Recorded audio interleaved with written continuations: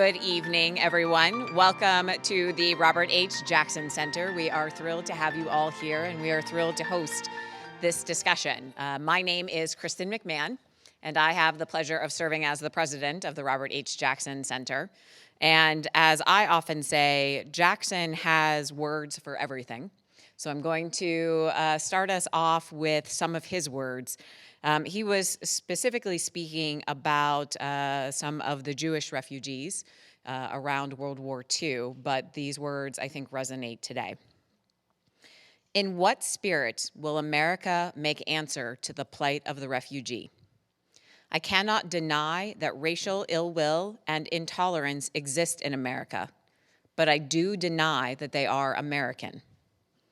Intolerance can arise only in a mind that is ignorant both of our institutions and of the composition of the American society in which he is allowed to live. Persecutions are invariably the product of fear. There is no excuse for distress level of living here. This country has the resources which, if properly utilized, will feed, clothe, and shelter all of its people at an acceptable standard of living. And the utilization of those resources for that purpose would give jobs for everybody.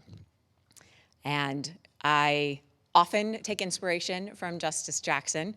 I hope that these words resonate with you as well and help frame some of the discussion that we're going to have today.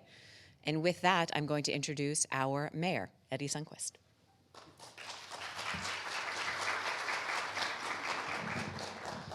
Thank you, everyone, for joining us this evening. It is my pleasure just to welcome you. I apologize. I'm not able to stay tonight for the panel. Unfortunately, I promised my mother I'd take her to the Washington Middle School play, so I am not able to stay, but had the opportunity to speak with these fine folks earlier today at lunch. I want to just set the backdrop for you briefly, and I know many of the folks here are going to be able to do that even better. But as we started looking at last year, the refugee crisis that started to occur across the world, and we started to see the evacuation in Afghanistan and other places, and a large amount of people coming to the United States and other places, I remember having these conversations with a lot of different people about what would it look like if Jamestown had the opportunity to bring in refugees, to bring in new Americans to our city. How would that change our landscape? How would that change our community? And would it be for the better? All questions that we had asked. We had a unique opportunity. I remember one day, very early in the morning. It's always early in the morning for some reason, but I got an email from many who you may know, Dr. Lillian Ney, who joined us today. She didn't know this was going to happen. But connecting a lot of people together, saying, I'm hearing a lot of conversations, and I wonder what this would look like. And I think she may have read my mind, but the great joy and opportunity about being mayor of a city is you have this really unique power to convene people, to bring them together, and to bridge ideas, thoughts, and all the things together. And so I had a really unique opportunity to start a discussion with our community members and with Journey's End, which you'll meet today, to talk about what would it look like? How would we do that? And more importantly, is the community ready? So I see a lot of familiar faces. You may have remembered we held a community conversation about refugees. And is the community ready? Back in, I think it was December of last year. And we had an overwhelming turnout of people. And we just had that conversation of what is it going to take? And recognizing that, I can only do so much in a day, and our staff at the city can only do so much. We wanted to spark a conversation, spark a community movement on refugees. And that's kind of what led us here today. I made a really interesting comment that night at the community forum, and I said, the city is really like a faucet, a spigot that you turn on, but the community is kind of the bucket underneath that water spigot that needs to be ready to hold the water. We can help turn that spigot on, we can help turn that faucet on, but if the community isn't ready for it, if we can't embrace what happens, what comes out of that faucet, then we're not ready. But what we found was a community that is willing and able to embrace the idea of refugees, to embrace the idea of new Americans coming to our country and increasing the diversity of our community. And we had the unique opportunity to hear from Father Luke Fodor, who had offered to help bring the faith communities together, communities that have been doing this work for many, many years, to bring everyone to the table and to start to do the work that we need to make sure everyone is ready.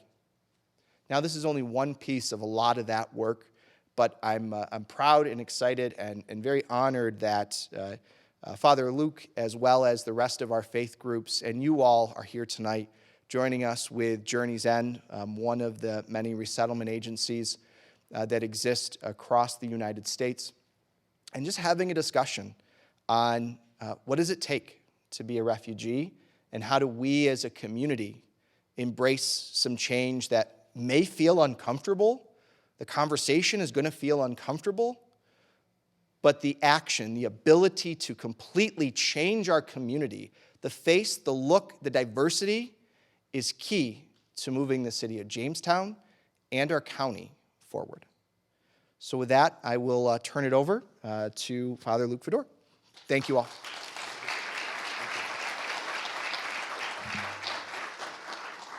Thanks, Eddie. We certainly do have an amazing community here in Jamestown and Chautauqua County.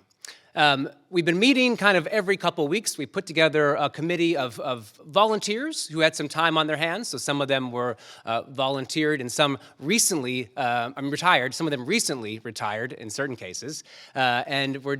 Because of that ability of this community, we've been able to get a lot of work done in just a couple short months to kind of pave the pathway for this night and then for what comes next, which is still an ongoing piece of work. I just want to thank everyone who's joined kind of this working group, those that are here especially. And please stand if you're part of the New Neighbors Coordinating Committee. Please stand, honestly. So we've got Andy. Yeah.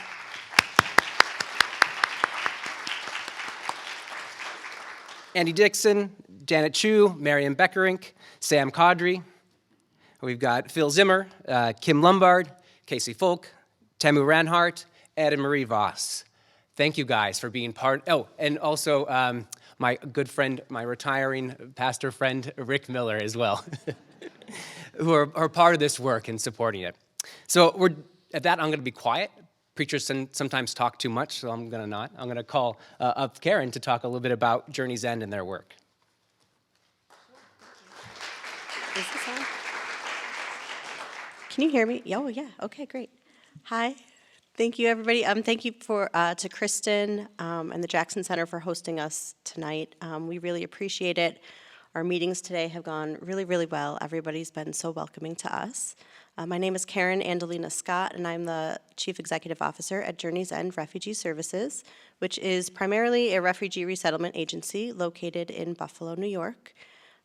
We have been resettling refugees since 1985, and we do limit our client base to refugees and low-income immigrants. So those are the only individuals that we serve.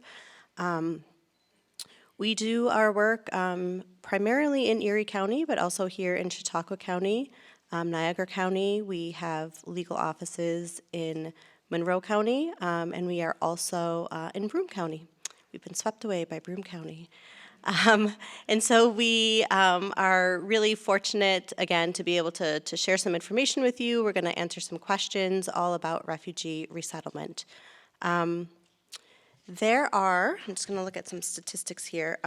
Prior to the Ukrainian refugee crisis, around 26.4 million refugees under the United Nations High Commission of Refugees mandate.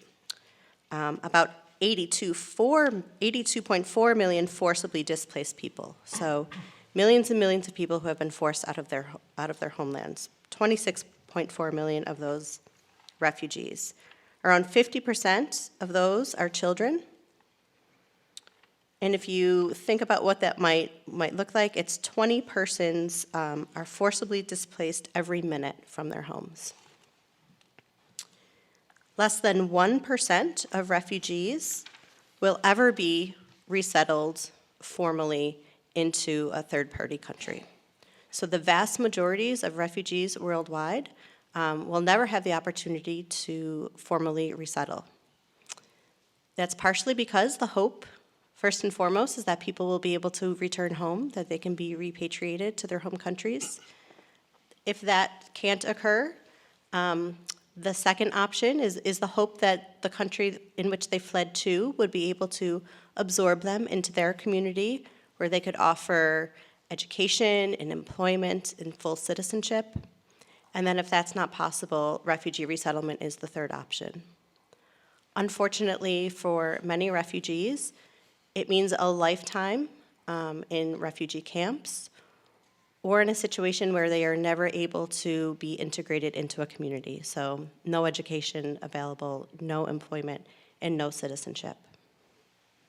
So in some small ways, the refugees that come to us are a little bit lucky, right? And because of that, we want to make sure that we are the most welcoming that we can possibly be. We always say at Journey's End, it's where home begins again. And so we do really think about what does home mean to us, right? What are those feelings that we get when we feel comforted and loved, cared for, where we know where to go when we have a problem. We enjoy going to school each day, right? We have jobs that, okay, we might complain about sometimes, but there's friends and we get to learn things. Those are all of the opportunities that we want for our refugees. Refugee resettlement is a pretty short process in terms of once somebody is here. It's a 90-day case management program where the first 30 days is very hands-on, very busy. It's everything from picking somebody up at the airport to bringing them to their new home, teaching them how to call 911, sometimes how to turn on electricity, sometimes how to run hot water, flush toilets, turn on showers. We bring people their first meal. We teach them how to use public transportation, how to open up a bank account, take them to social services, to Social Security office, get them medical checks, help enroll children in school. And this is all within that first 30 days that somebody arrives. We also give individuals a cultural orientation so that they can begin to understand what their new lives may be like in their local community. You can imagine how much information is coming at them in such a short period of time. And we really do rely on systems that are in place to help with that initial resettlement, the school systems, again, DSS, social services. But we also really rely on the community, right? Our faith-based groups always are huge supporters of ours. Girl Scouts, sororities, fraternities, you name it, we work with that community group because we know that refugee resettlement cannot be successful unless there is real, true community buy-in. Other services that we are able to offer those individuals beyond 90 days is employment. That includes job placement and job training. English language acquisition, as well as high school equivalency courses, so assisting individuals in passing their task. We also have a very large immigration legal services program, so helping individuals along that immigration spectrum, permanent residency, citizenship, family reunification, and then for those individuals who have come not as refugees, we help maybe applying for asylum as an example. I know I'm forgetting something. And with that, though, I think I will pass it over to Bulo, who's going to talk a little bit about what his program is at Journey's End.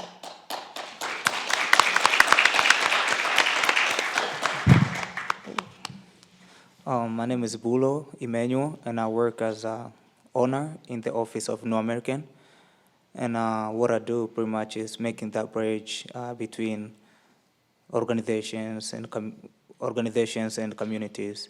I do help refugees and immigrants to connect them economically, to have the resources that they need.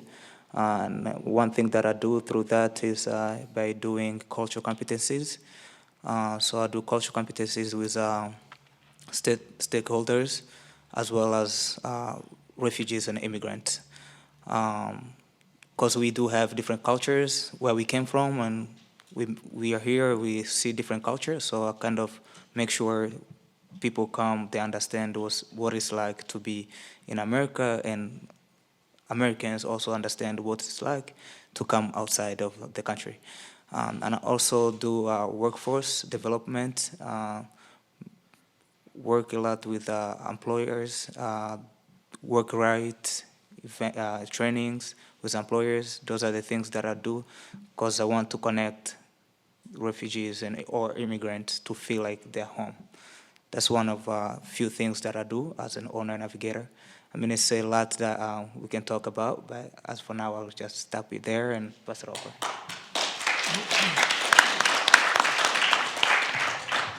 Cool. So my colleagues did such a great job that I think what I'm going to do with my time is just share a little bit about why we're here today. Again, my name is Noel De La Rosa. I'm the Chief Program Officer at Journeys and Refugee Services. Karen talked a lot about our programs. I think the reason we're here today is to listen to the community. Part of why we are looking to expand is because we have services in Buffalo. We're looking to partner with Jamestown, who've been a great champion. We're definitely here to listen, address some of the challenges and opportunities. I think earlier, kind of the mayor, the executive director talked about being ready.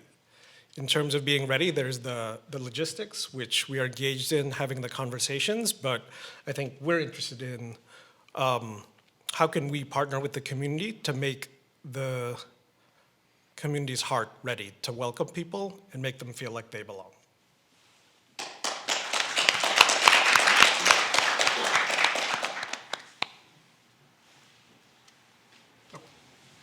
Thank you, guys. That's wonderful. I think, can you speak to why Jamestown? Why is Jamestown particularly advantageous in this moment? Well, because of you.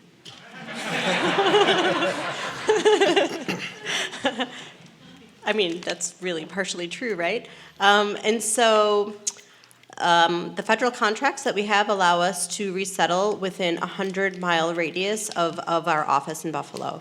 And so I think for a long time we've thought like many people in our area and think, right, oh, if I have more than 15 or 20 minutes to drive, it's way out of the way. But if COVID has taught us anything, it's that it's a new world, right? And so we are really, as an agency, thinking about how do we make even a broader impact? How do we ensure that our clients are getting the best experiences they can? And we came to the conclusion that needs, in order for those things to happen, we need to expand how we're doing refugee resettlement. And so, we've had these conversations with some other places, and we're ready to go in those places as well. But honestly, when Luke reached out, it felt like, I don't know, like he was listening in on us or something.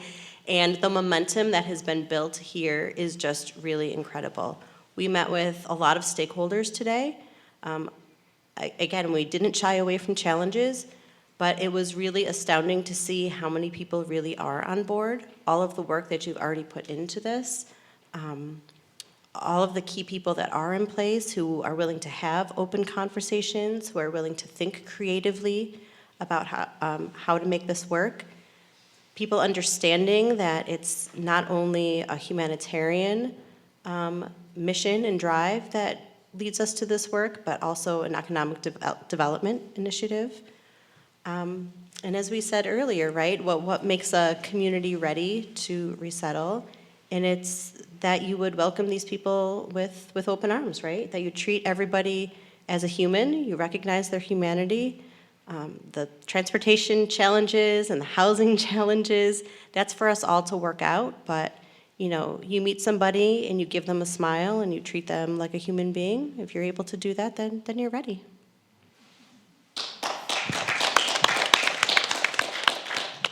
Thank you.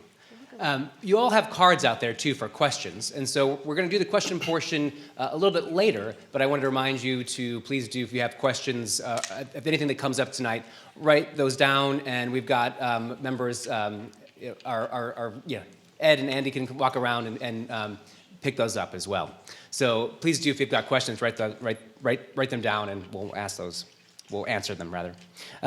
So part of the conversation we are thinking about, too, is, as you said, is a workforce and an economic strategy. And so I think one of the questions about who needs refugees is kind of the building of the program, is we have to think about locally, who needs them? And I'm going to call up Todd Tranum from MAST program to talk us a little bit about, do we need them here?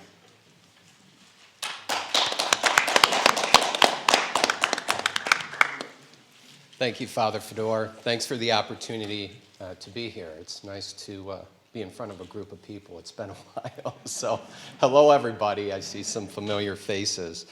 I'm not going to pretend to be an expert on refugees. I got a primer today. It was very helpful, very informative as to how the process works. But I do want to make, I guess, two comments. And I'm not going to, again, pretend that I understand the entirety of the process, nor the the amazing trials that these refugees go through. But I do want to make the point that as a community, as a region, we absolutely need to be open to this opportunity. Just one generation away, my grandfather was an immigrant, came here with his family as a small child from Italy. They came here as farmers.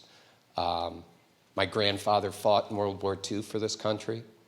He worked at Art Metal, making products in this company, in this community. He worked at Crescent Tool. I remember as a grandchild going by Crescent Tool and just being so proud that my grandfather was in there making wrenches. We are a community of people who came here, at one point. That's what built this community. That's what built this culture. And we've got to keep that in mind as we think through this process. My grandfather raised 5 kids. He helped raise me. It's debatable how good of a job he did with me, but my mom's pretty awesome. But the other perspective we need to keep in mind, and obviously, there's a humanitarian reason here. There's cultural benefit to this process. But our reality is, if we're going to grow our economy, we need to bring people in. Bottom line. As manufacturers, and I'll speak to our manufacturers, we are absolutely struggling to find talent. It's forcing investment decisions to be considering other locations. It is stunting our economic growth as a community and as a region. And from a workforce perspective, and when you talk about workforce, you're really talking about economic development. We need to have this conversation. We need to work collaboratively to figure out how we can be community ready, making sure we have the resources in place and the connections in place to make this work for the refugees as well as for our community. And again, see it as an opportunity from a humanitarian perspective to help people, from a cultural perspective to bring some diversity into our community, and from the reality that if we're going to grow our economy, we need to import people into Chautauqua County. So thank you for the opportunity to be here, and I look so forward to learning more about this process and partnering with you.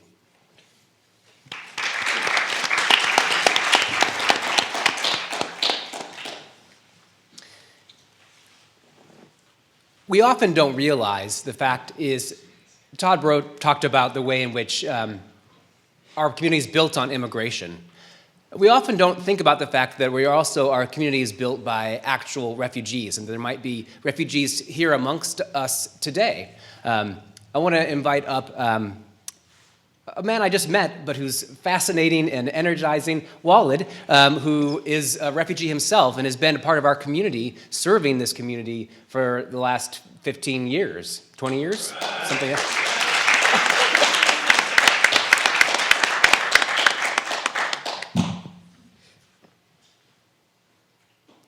Thank you, Father Luke. I'm glad you didn't steal my water. I had faith in you. So I saw everybody coming up, talking. They had printed speeches. I had a printed speech, but I ran out of ink and paper twice trying to print it. It was just 114 pages. But luckily for you, I memorized it all. So if you're hungry, call and order your food. We're going to be here for a while. So Father Luke didn't even attempt to say my name. It's kind of a telemarketer trap. Hello, can we speak to, who are you? You know, it makes it really easy that you definitely don't know that person. But my name is Walid Aljabri. I come from parents who are highly educated. My father, God bless his soul, he was an anthropologist, graduated Oxford University. That's where his PhD was from. He's a specialist, world-ranked scientist in micro-societies. He doesn't study minorities. He studies really micro-societies. And the society that he chose to study, the most challenging of all and the most surprising to many, it is that much hidden, are the devil worshippers in Baghdad, in Iraq. In the middle of a Muslim, heavily Muslim country, there is a population of devil worshippers that they live up in the mountains. Those preceded every other civilization that came before them. They existed there for 5,000 years already as devil worshippers. And they're not like any other devil worshippers that you're used to seeing. They don't paint their fingernails black. They don't listen to Marilyn Manson. They don't draw upside-down pentagrams on the wall. They are very monkish looking. They have long beards. They have long robes. And they live a monk lifestyle.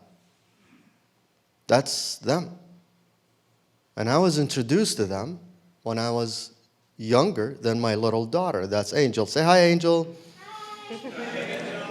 So that's my father. My mother also is a professor of economics.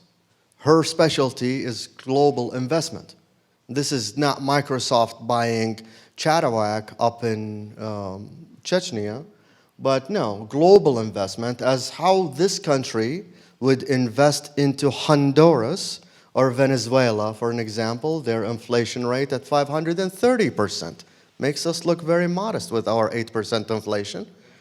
And how can we help Venezuela reduce that and become an economical partner versus a needy mouth to feed over time, which does happen. And that's where part of my accent comes from. I was born in Oxford, England. I was a British citizen, still, kind of. I'm an American citizen now, registered Republican. Well, thank you. So, well, my life has been quite astonishing on many levels.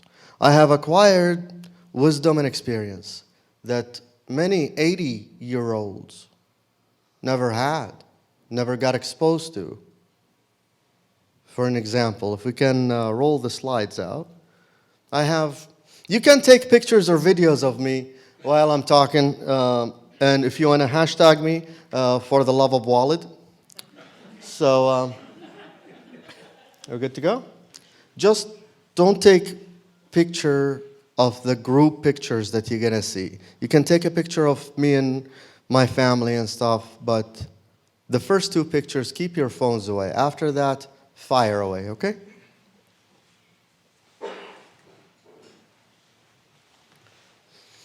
All right. So, those were my closest friends. Those were my closest friends. I grew up little. That's me. Just me and the guy to my left are still alive out of this picture. Those guys weren't in an airplane that crashed. They weren't in a bus that rolled over. All of us were really close friends that worked with Operation Rebuilding Iraq after Operation Shock and Awe back in 2003. Some of them were interpreters, like that guy right there. He was an interpreter, and his father was an interpreter. And he had his mother and 2 sisters, and they assassinated his dad, and he continued to work as an interpreter. His English was great. The U.S. forces used to call him Terps, short for interpreters. And he continued to work until he found an envelope in his driveway saying, with a bullet inside it, complete bullet inside the envelope, saying the next one will be coming at you a lot faster than an envelope, which is an embedded message that quit what you're doing. He's the only provider for that family. This guy had one of the biggest companies that can deliver raw material to building sites, to construction sites, stones, sand, cement. My job, I was a secondary contractor in Operation Rebuilding Iraq. I made a lot of money back then. But the country came apart. When you hear the name of the organization, Journeys End, not all journeys end with a happy story, with someone like me standing in front of you. The journey did not end for those guys, or it ended as just a picture on a wall with a black stripe across the corner of it.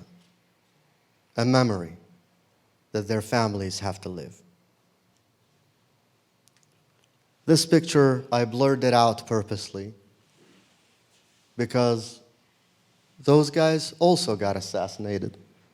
When you look at the picture of your closest friends, and it's almost like somebody putting X's on their faces, and that's me in the middle at the top, and that's the guy that's still alive. I'll tell you his story, and he's about right, like in about 5 minutes. But all these guys, this one, I actually witnessed him being murdered. His name was Wissam. Cowboy-looking fella. Blonde, blue eyes, tan, you know. Like you wouldn't peg him, he was in the Middle East. You wouldn't know he was from Iraq. Like, you put us together, I may hint that I could be from there. He's definitely not. He used to drive like a maroon Mercedes, drove by me on the highway, beeped and waved. I was just out for an afternoon jog, and I hear the string of bullets, and I hear brakes and a crash, and I look. They shot his vehicle as he was driving, armed gunmen on the thruway, not in an alleyway. They knew his vehicle. They knew what time he was coming in. Those unsophisticated insurgents were very, very sophisticated. They're very sophisticated. And when they're about to tear up a country or a civilization, they are really good at tearing it up at every layer of it, faithfully, emotionally, spiritually, financially. They will leave you no reason or no cause to push forward. But when I ended up coming here to the United States, here's a surprise for you. What a wonderful coincidence. Today is March 31st, correct? I landed in America March 31st, 2005. Happy anniversary. Thank you. Never would have thought 17 years later I would be standing on a stage telling people what I've went through, or anybody would be interested in that nor would it serve me any purpose. I got kidnapped by insurgents over in Baghdad. I'll show you where. So that's a picture of what we survived during Operation Shock and Awe. You can't see our house there, but that was Baghdad at night during the advance. If you think that this is, the middle one is just a governmental building, used to be, government building, but all of these houses along the Tigris, these are residential homes. People are still in there when all this stuff's coming down. When the bombs used to roll out, it never sounds like a bomb, like what you would see in the movie. Everything you saw in Hollywood is just a lie, fabricated. Normally you hear this whistle, boom, right? It doesn't sound like that. It doesn't sound like that. The bombs that dropped sounded like somebody rolling an empty 55-gallon drum down the street. You would hear it rumbling, rumbling, rumbling, rumbling, rumbling, and it goes off. You'll hear this boom, which every little tiny micro fracture of an impact is actually an explosion that took down a building. That's what it sounded like. When I was there, one of the contracts, this is Baghdad, this top picture from Google Maps, that's the Tigris River. Tigris River is as wide as Chautauqua Lake, by the way. It's not just a river. This is Riverside Fire Station, right here. And I had the contract to rehab this fire station because everything got ransacked after Operation Shock and Awe. People just broke into government buildings, facilities, businesses. They stole everything, whether it was nailed down to the ground or not. You know, they stole IV poles from hospitals. They stole bariatric beds from, nursing homes. They stole everything because Saddam was like really evil in the way that he never gave anybody anything. And people just said, I'm going to take my share of the government and my share of the oil that we were robbed from. Almost like what happened, when we had riots and people started breaking into Targets, Dollar General, and stealing things, even though the Dollar General and Target never assaulted them and never hurt their families. But it happens everywhere. Electric went out in New York City back in '96. They couldn't keep a T-shirt on a hanger in any store in New York City. There was no riots back then. Power went out. It's up for grabs. It's in human nature. So, like I told you, I was a British citizen in Baghdad, in the middle of a hostile country, but from an Iraqi origin. And every 2 weeks, I used to report to the British Embassy that I'm still here in case if you guys do any evacuations. Silly me thinking that I would be included because it's ironic. You know what they say, fate favors irony? Totally not what happened in reality. So, as I was standing there, if you see down this alleyway, by the way, this is called Riverside Street, okay? This is where gold is born. All the gold manufacturers, these are not jewelry stores. These are places where they make the raw material for gold. The bricks, the bracelets, the little tiny, if you didn't know that wedding rings come in a tube, by the way, they don't come as rings. Then they cut them into little tiny rings, then they reshape them into whatever. I didn't know that until I saw them being made in front of me. And gold in its raw, natural, unpolished state, it looks kind of orange, like a rusty copper pipe. So if you saw it on the ground and you don't know what you're looking at, you could walk by about $800,000 worth of gold. That's about this long. Okay? So I walked to this restaurant right around lunch. They make awesome shawarma sandwiches. If you know what those are, they look like a Euro or a gyro sandwich, however you want to pronounce it, okay? Shawarma, yeah. There's like steaks stacked up on top of each other on a steel rod, and it's spinning in front of a grill. And they bring this little tiny long knife, then they just shave little pieces of meat that falls down. It's delicious to die for. Not that day, but we're getting there. Don't beat me to the funny part. No pun intended. But I'm standing there. You can sit inside, you can sit outside. The richest of the rich of that street, okay? Billionaires, like dollar sign English money billionaires, not Iraqi dinar billionaires. They order food from there, delicious food. I'm standing there eating my sandwich in Iraq, winter. Yeah, funny, I know, winter in Iraq. I'm complaining. But I'm standing in front of the glass display. There's something called a Van Gogh effect. Van Gogh effect is when you're really close to an explosion, that you don't get to hear it. And normally it ruptures one of your ears and one of your lungs the closer you are in reference to the explosion, wherever you are. Almost like getting sunburned, but imagine pressure. So it increases a barometric pressure in a very small spot that your body is not used to, not acclimating to it. You have not climatized to that increase in pressure. I'm standing there, and I see the glass display go in and come out like a curtain. And instantly, all of my body hurts. Like hurts, not something stinging me. No, pain everywhere. It's in my eyelashes. It's in my teeth. It's in my back. It's in my muscles. It's in my stomach. Pain, instantly, pain everywhere. You know when you're like cold and get out and all of a sudden the sun is out there and it hurts your skin? But this is a shock, but not just to my skin. It's everywhere. I felt my nose getting smaller. It was that kind of weird of pain. And instantly after that, I feel like as if someone grabbing hands full of gravel and stones and tossing them at me. And I start getting hit from the side. And you can't hear anything. It's not like you can hear the screaming or you can hear the noise. I was that close to the explosion. I couldn't even hear it. When you're within a certain distance, you don't hear it. Because of the pressure closes out your ears. Your brain doesn't understand that. And if you're too far, you won't hear it. You'll see it first, then you'll hear it later.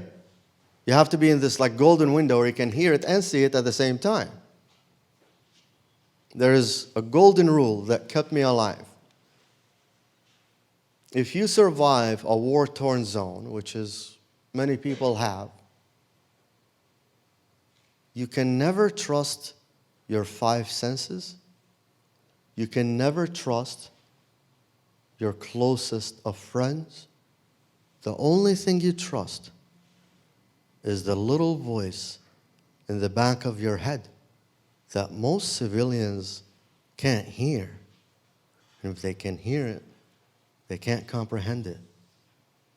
It changes you. On a molecular level, it changes you. You'll never be the same after that. It's almost like learning to flinch because somebody threw something at your face. Now, every time something's going to get thrown at your face, you can't fight that feeling. You're going to close your eyes and move your face away. It becomes a natural reflex. Never run with the survivors. Rule number one. You see an explosion, you see a bunch of people running, oh my God, and there's a stampede of people. Do not go with the survivors. Because that's where their secondary IED, improvised explosive device, is waiting. Never run with the survivors because the secondary IED is waiting for you there. People ran. See a picture of that bridge that crosses the Tigris? That's called Ahrar Bridge. Comes down right to the left. As soon as the explosion happened, people ran this way. I ran in the alley. Normally after explosions, there's something that's called rain. And rain sounds like rain, but it's not. It follows an explosion quite rapidly. And that rain are things fallen from the sky. Manhole covers, propane tanks, part of engine blocks, tire wheel. a grill, a curb block, piece of the pavement that could be the size of this podium. Those things have been hundreds of feet up in the air. You cannot stand in an open environment. You need to find some sort of shelter. Luckily for me, there was something that looked like this, an overhang from the building above. You can see it because you can't quite see the street next to it. I hid under it, and I was waiting for the last thing to fall. And even after you hear the last thing falls, wait another 30 seconds, because that one last manhole cover is usually the last thing to come down. When you think all of a sudden everything stopped, this round cast iron manhole cover comes and goes quank in the middle of the street. People ran. I got in the alley. Instantly, I start to regain some of my hearing, trying to understand. In case if you think that explosions are like a big ball of fire, like what you see in movies, they're not. Explosions turn everything brown. In an urban environment, explosion turn everything brown and dusty and muddy. Everything. We are all equally worthless. You can't tell if you're white, black, Asian, Iraqi, European, Caucasian, whatever your ethnicity is, or you want it to be nowadays. But we are all the same. They ran. Instantly, an ambulance come down from that bridge with the sirens on. Never assume help is usually there on time. Even with what we're doing right now. Even though that we're trying to spread awareness about refugees, immigration, their suffering, it never arrives on time. It always arrives too late. I lost 9 before I could seek salvation somewhere. Some people couldn't. What's going on in Ukraine right now is a little bit difficult because even that if we try to help those people or any refugees from any country, despite the logo on the passport, we are never there on time. We are always a day late and $1 short. And it's a struggle with what Journeys Ends trying to accomplish, with what Catholic Charities try to accomplish, with the bureaucracy of the UN, which seems to be the biggest hung up, with background checks, vetting, because not everybody's just being hauled out, despite of what media said. I already told you I'm a registered conservative Republican, but sometimes some of these conservative media, even Democrat media, right or left, they end up feeding into the fire. I'm like, oh, we brought all these people from Afghanistan. They don't have vaccine, and they're not, There is a horrendous vetting process for anybody that get brought in here. That vetting process takes 24 months.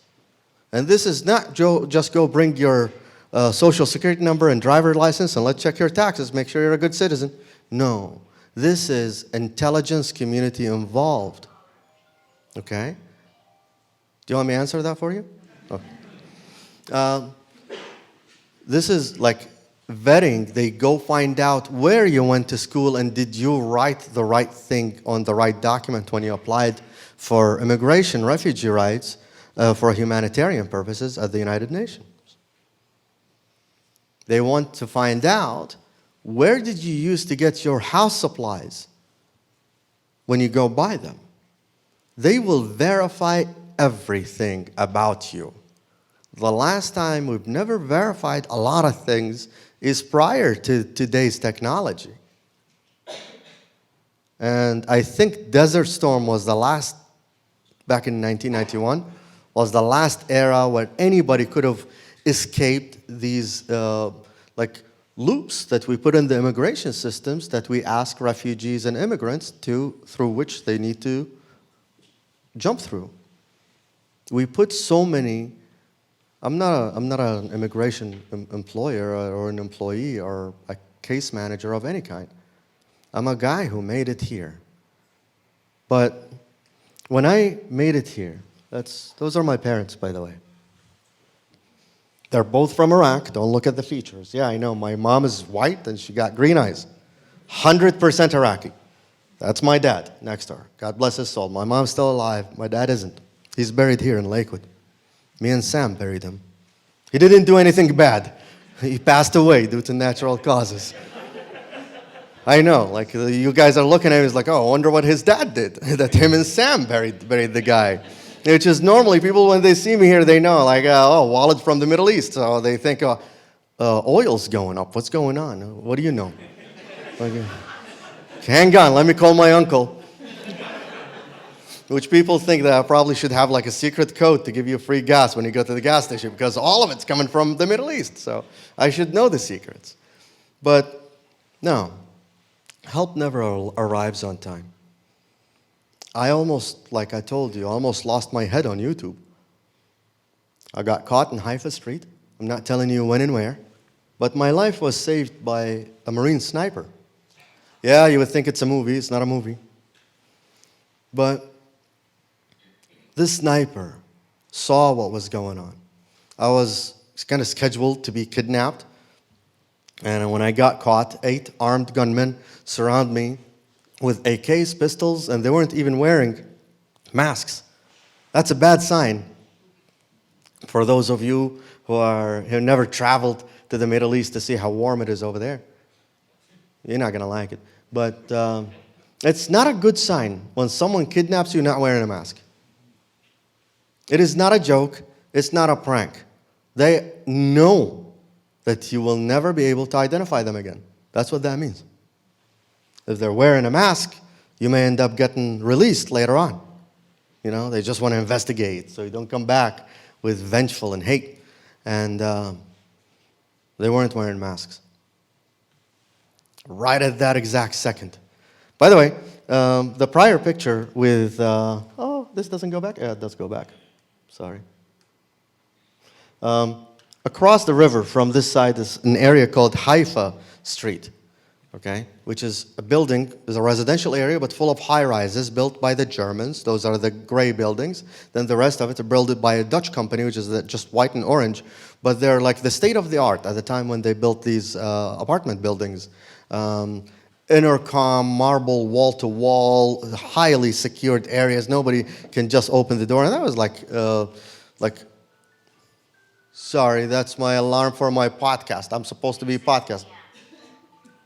I podcast 3 times a week, so I know Father Luke told me 15 minutes, and I'm trying to condense most of my 15 minutes to yes, yes, right. So where my parents, like I showed you, that's me and my mom. Both of us are the same age. We're both like relatively 7 years old mentally. We always like to goof around and do things. But where my parents struggled the most is to come here to the United States. I left, then they kind of had to leave Iraq and go to Syria because there is no location of the United Nations in Syria. They came in they went to Damascus and they applied. And like I said, it takes 24 months to get clearance that you can go anywhere. So they gave them, do you want to go to Norway? Do you want to go to Australia? Or do you want to come to the United States? And they said, United States. And because I was here already. So when they got approved, they got put on an airplane and they all got given bags to come through checkpoints. So TSA would recognize that these bags are not people you should mess with or hold them for extra screening or questioning. Okay, because every day those subtle hints that this group of refugees traveling through airports and checkpoints, okay, those are sponsored by the United Nations. They're already vetted.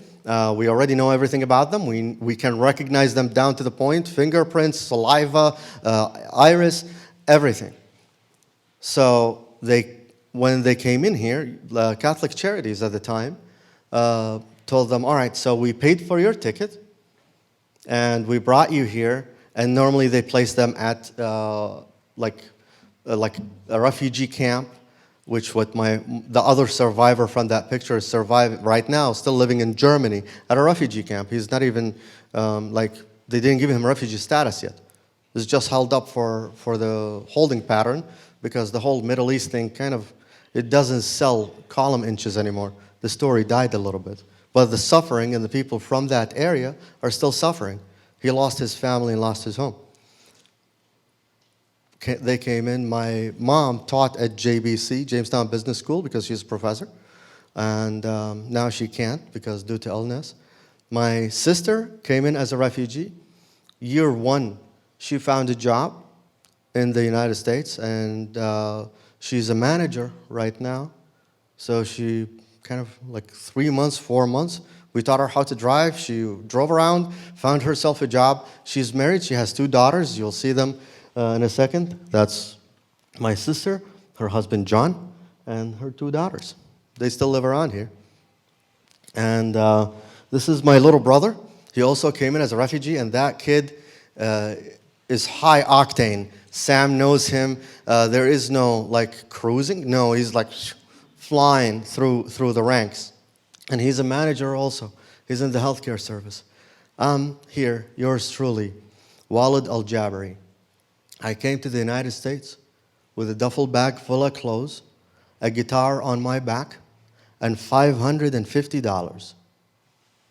And from that day to this day, I have never been on welfare. I have never had food stamps. I've never had free health care, and I've never had free government housing. Came in, read the Constitution, I abided by it. I worked hard and paid hard to make me who I am today. And that's a picture of me on the job. I was a flight medic for Starflight helicopter. And right now, I'm a paramedic for Chautauqua County Fly Car System. And I've been doing that for the past decade. I stay up at night so you can go home and rest knowing that everything's going to be okay. I'm also a former chief of Fluvanna Fire Department. I'm a volunteer fireman, ladies and gentlemen. Sometimes the title of this gathering today, refugees, who need them? Out of every 100 patients in cardiac arrest, you can get back 1. You can save them, get their heart beating. It's really difficult to save patients from cardiac arrest due to a multitude of reasons. I have 20 saves under my belt. I came here, I didn't cost anybody anything. I didn't live off the system. But I came here to make a difference. Where would those 20 be if I didn't come here and do what I do and end up with that result?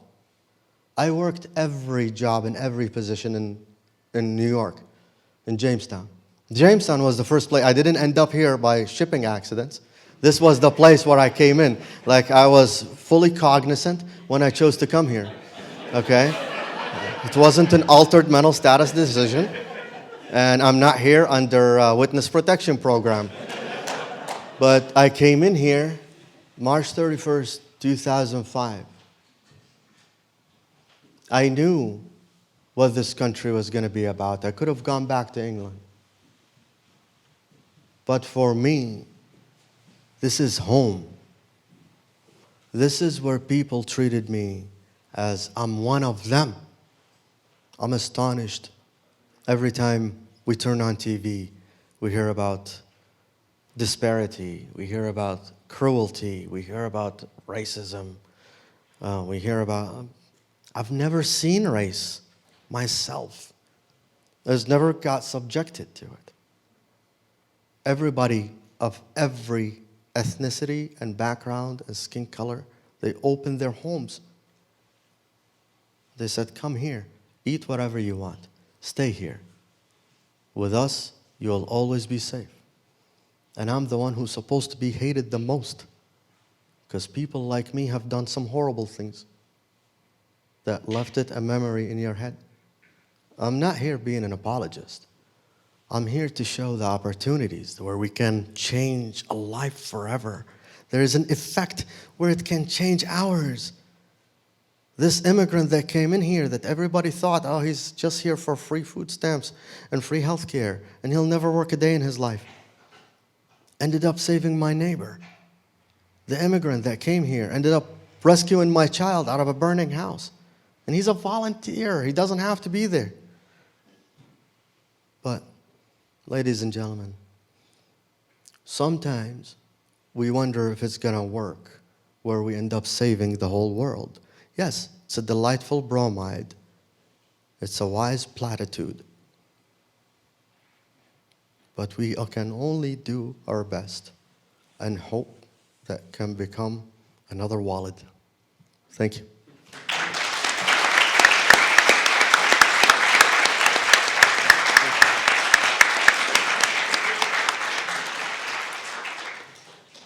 I wonder if there's any questions out there.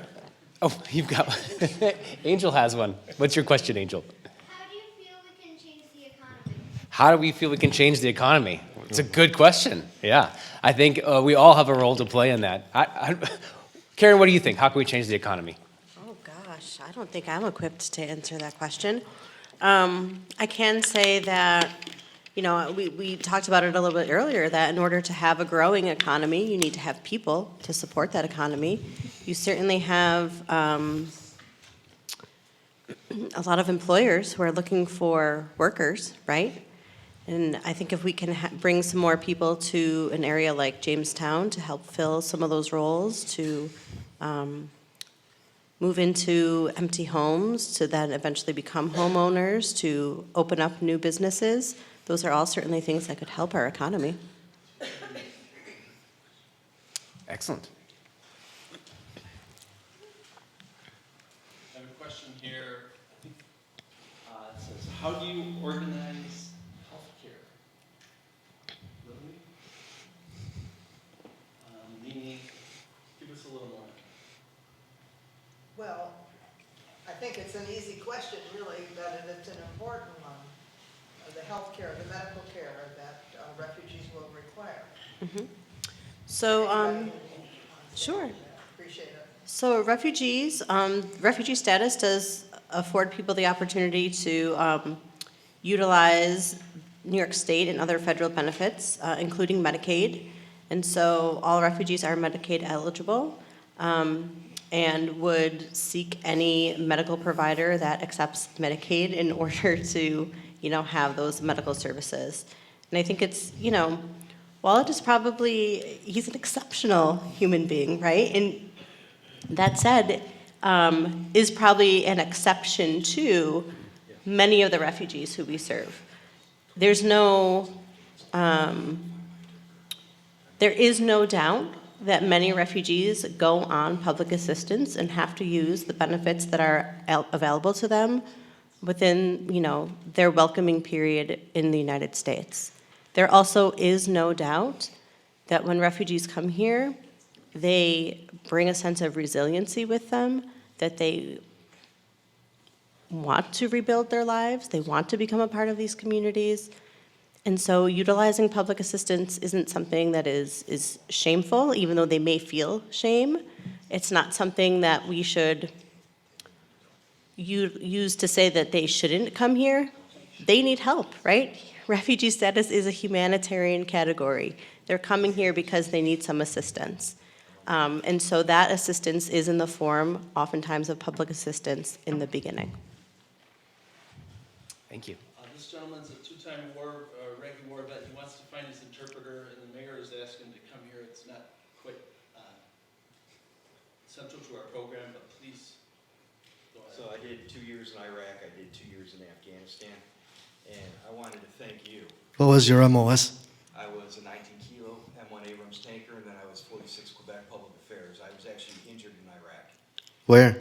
I was in Samara, Brassfield. Oh, God bless you. I wouldn't even go there.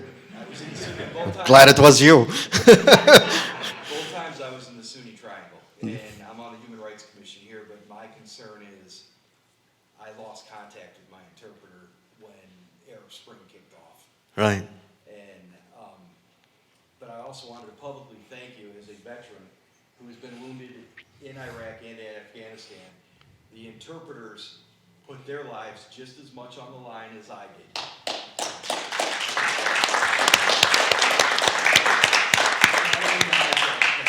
But as a Bronze Star recipient and a Purple Heart, those interpreters died and bled alongside us. They risked just as much for America as I did. And if we can help any of them, it's a great disgrace not to push them through.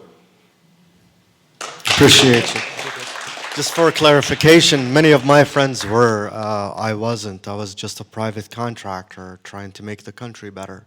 But yes, those boys, 8 MREs, and they were just as subject of getting shot and blown up just like a regular soldier would be. So yeah, you bring up a good point, man. So, do you have any connections back there if I'm trying to find? I do. He went by the nickname of Dick. I'll give you my card. We'll connect on the backside. Yeah, yeah, salute.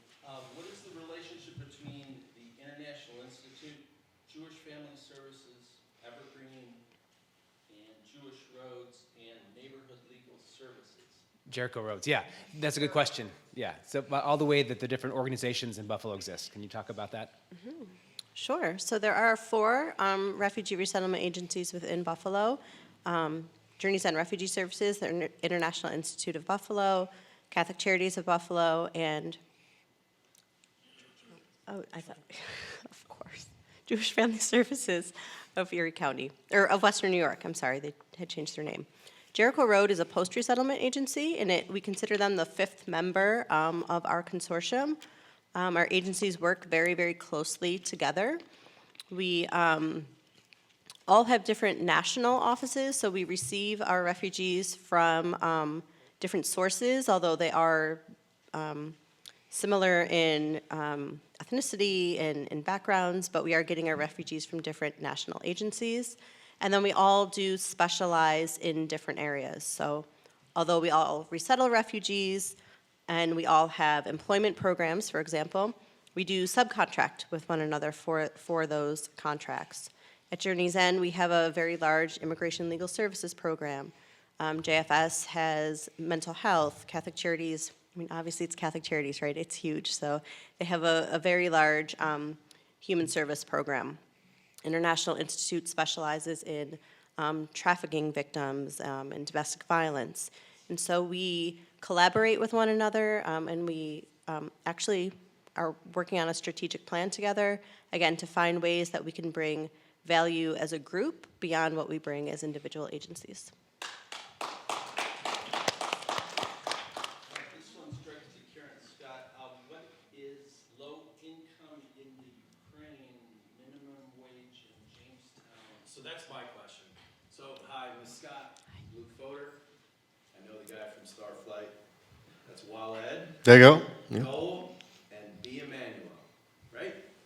So, the Ukraine has a poverty level, but New York State, it's not uncommon for $10 or $15 an hour to be a normal starting job if you're going to wash dishes. You did all those jobs. I've done all those jobs. Do we have a plan in Jamestown to make sure that the businesses start staying open and understand that for $10 an hour, they can hire high-quality people? Thank you so much. I would like to follow up if you would like to answer this question. I would like to add more to the answer. Yeah. I mean, I am not a business owner of Jamestown, right? I don't own a business at all. I can say that for many of our refugees, everybody starts somewhere, right?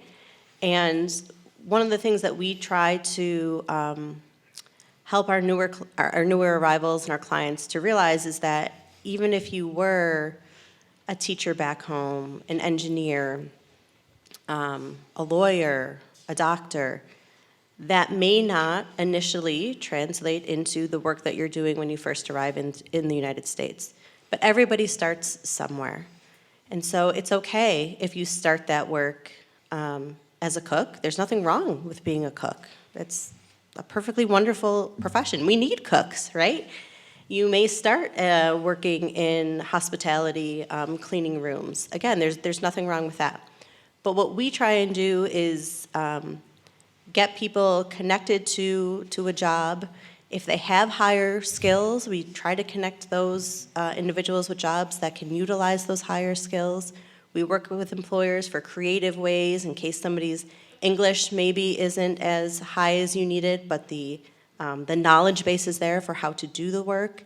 And so, again, there's nothing wrong with, and a lot of people start at the bottom, but many of our refugee clients start somewhere in the middle as well. How motivated to work are they from your experience? Refugees, when they come on, you say, all right, there's a couple of jobs. Motivation level, so to speak. 1 to 10 maybe. I think people are motivated to start their lives over again. For some people, that is with employment. For some people, it's ensuring that their children are safe and are going to school. For some people, it's learning English. So it really is dependent upon each individual, but I would say highly motivated, generally speaking. You got to think about what kind of a health condition normally refugees show up in. If you have to leave Kiev or Kharkiv and make it to Poland to apply for refugee rights or find a refugee camp, you have to be in good shape and good health to make that trek, which is 14 miles, almost like walking through Allegheny Forest. It's not one road that you're going to be driving on, because you want to avoid open areas where you can get picked up by snipers. So you're going to have to go off the beaten path to arrive safely. So who's going to show up? People who can actually trek that 14 miles, not the elderly that are sick, they have cardiac issues, they have back. Sometimes we try to reach out and bring those people in by flying in, implying a no-fly zone, just a 48-hour ceasefire so we can access these areas to bring out whoever can't come in. But in portions, you are getting a bigger population of educated, young, wants to continue education, still wants to go to school, and hard workers across the globe. Every nation that imploded, the people there, most of them don't want to go anywhere else. Like what Karen said, like 1% only end up getting resettled in a different country, and the rest go back after everything settles down. But most of those people, if you go to Damascus, Syria, a war-torn country, I've been there. I ate rotten bread in Damascus, Syria. But you can go there, the people, they don't want anything to do with America, they don't want anything to do with the UK, they want nothing to do with Iran or Saudi Arabia. They just want to work and be left alone. That's all what they wanted. You know, so if you think about it, it's kind of a win-win right now. You lost 8.6 million jobs during the pandemic, and only 6.4 million got refilled after the pandemic. You still have like 1.7 million still open positions.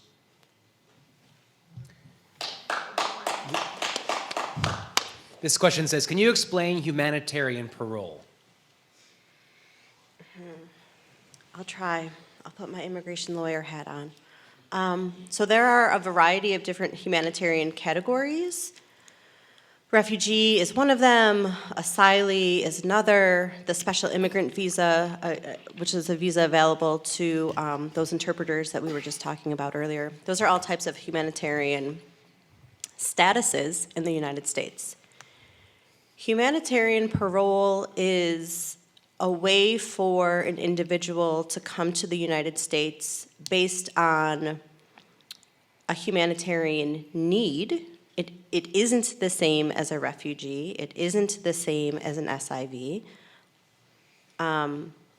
Maybe you are really sick and you need to come here to seek a special kind of treatment. Maybe your country is war-torn and the refugee pipeline isn't available to you. There's a variety of reasons and ways that people can apply for and utilize humanitarian parole, but humanitarian parole only allows somebody to come into the United States. It doesn't really convey any sort of real immigration status to that person. Outside of what we're seeing with the Afghan parolees, typical humanitarian parole does not afford any services, any benefits. And it is a temporary, it's temporary. It doesn't lead to permanent residency. It doesn't lead to citizenship. Once you're here on humanitarian parole, you either need to extend it, if the government lets you extend it, or you need to switch over into some sort of permanent immigration status, whether that's family-based petition, an employment-based petition, or another humanitarian category like asylum. Is that okay? Okay. Thank you. Welcome. I'm sure we could stay here all night asking and answering questions, but of course, it's approaching dinner time for many folks. So what I want to do is encourage you to know that this is an ongoing conversation, and that we may conclude tonight's program momentarily, that this isn't going to end our conversation. If you have questions, you can write them down, and we'll get back to you as well. There's also an ongoing way to educate ourselves. Tell us about the film festival you all are doing right now. Oh, sure. So it's the Western New York Refugee Film Festival. If you go to WNYRFF.org, you can see some information about our films. We have 4 more films that we'll be showing this year. It is virtual, and it's a free event. We, would love donations, but it is a free event. All of the films that we're showing in this year's festival are all based on refugee stories once refugees have come to the United States. We have shown 2 films so far this season. One is called The Donut King. If you have access to it, I think it's on Hulu. It's a great story about some donut makers in California. And then just last week, we showed the film Utica, The Last Refuge. And it's all about refugee resettlement in Utica, New York. We've taken a lot of inspiration, I think, today from that documentary. It's pretty amazing. Unfortunately, it isn't in wide release yet, but we are working with the filmmaker to maybe find a way that we could show that film a second time. So again, if you're interested, it's WNYRFF.org, the Western New York Refugee Film Festival. Thank you, Karen. Thank you all for coming out tonight. Before you leave, if you didn't sign in on the way in, please do sign in on the way out. It helps us keep this conversation going by communicating directly with you as well. So please do that on your way out. Thank you all. Thank you.